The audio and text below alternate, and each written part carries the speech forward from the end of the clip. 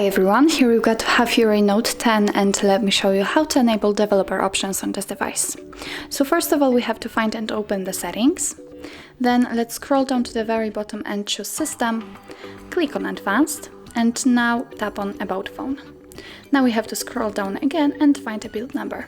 Keep tapping on it until you'll see that you're a developer. If you've got a pattern or a pen, then simply enter it to confirm the whole step. And as you can see, now we are a developer. Now let's get back.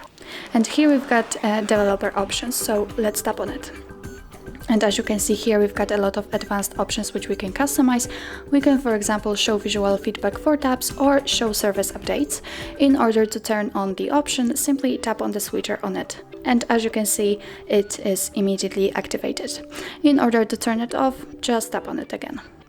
If you can see the option without the switcher, simply tap on it to show much more settings, just like here or here. If you are done with the customization, let's turn off the developer options by tapping on the switcher here.